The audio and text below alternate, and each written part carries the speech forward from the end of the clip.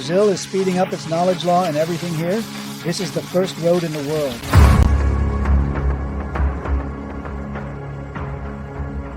The Peabiru paths were designed to be seen from above, in a symmetrical alignment with the Milky Way and its constellations, including those that symbolize the zodiac.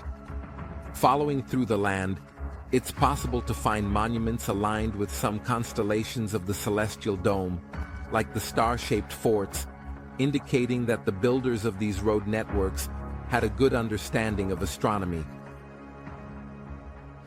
Dakila Research has been mapping these paths for over 20 years in various locations around the world, proving that the best preserved paths are found in Brazil. In the state of São Paulo, one of the main routes was called the Trail of the Tupiniquins in São Vicente, which passed through Cubatão and São Paulo, in places later known as the Pátio do Colégio and Rua Direita. It crossed the Anhangabaú Valley. It followed the layout that today corresponds to the avenues Consolação and Rebouças, and crossed the Pinheiros River. Other branches started from Cananéia and other states in Brazil. According to the local geography, the characteristics of the Peabiru paths varied depending on the terrain. In hilly areas, for example, the construction was made with stones. In flat areas and by the sea, the path was built with sand. In firmer, fertile soil, a special grass was used, which became well known as puxa-tripa or silk grass. In these sections, it was called the squashed grass path.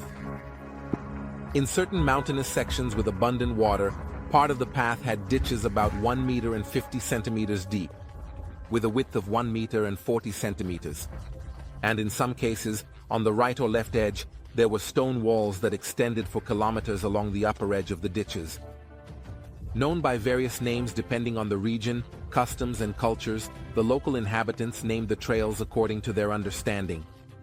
These various paths and branches were also known as the Gold Path, the Emperor's Path, the Troops Path, the Jesuit Path, the Royal Road, and the Sun Path. In other countries like Peru, it's known as the Inca Trail. The colonizers, starting in the year 1500, referred to it as the Path of the Indians, because it was the indigenous people who pointed out these routes and branches in exchange for objects brought by them. And so, they found it easy to colonize South America in record time. One of the most visited tourist destinations in the world is the Peabiru Road, known as the Camino de Santiago de Compostela, that crosses France and Portugal until it reaches Spain. It is estimated that over 500,000 people travel these paths, generating an economy that reaches 36 million euros a year.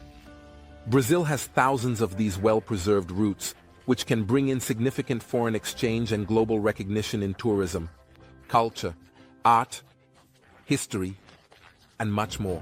We have impressive attractions like silos and mini-silos, where merchants from a distant past exchanged goods such as seeds, nuts, honey, tools, artifacts, and special clays for hydration and sun protection that are still used today.